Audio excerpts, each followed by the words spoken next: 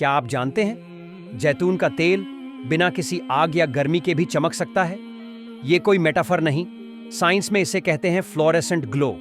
जब जैतून के तेल पर अल्ट्रावायलेट यूवी लाइट डाली जाती है तो उसमें मौजूद कुछ कंपाउंड्स एनर्जी अब्सॉर्ब करते हैं और फिर नजर न आने वाली रोशनी को चमक में बदलते हैं, यानी बिना आग के भी वो चमकने लगता है।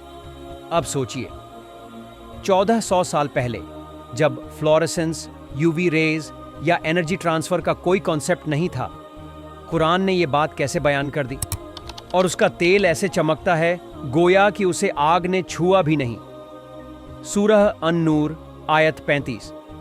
आज का साइंस कहता है जैतून का तेल नेचुरली फ्लोरेसेंट है और बिना किसी हीट सोर्स के भी ग्लो कर सकता है, सिर्फ यूवी लाइट के एक्सपोजर पर। तो अब सोचिए, क्या ये इल्म किसी इंसान का हो सकता है या फिर उस नूर का जो खुद फरमाता है अल्लाह ही है आसमानों और जमीन का नूर।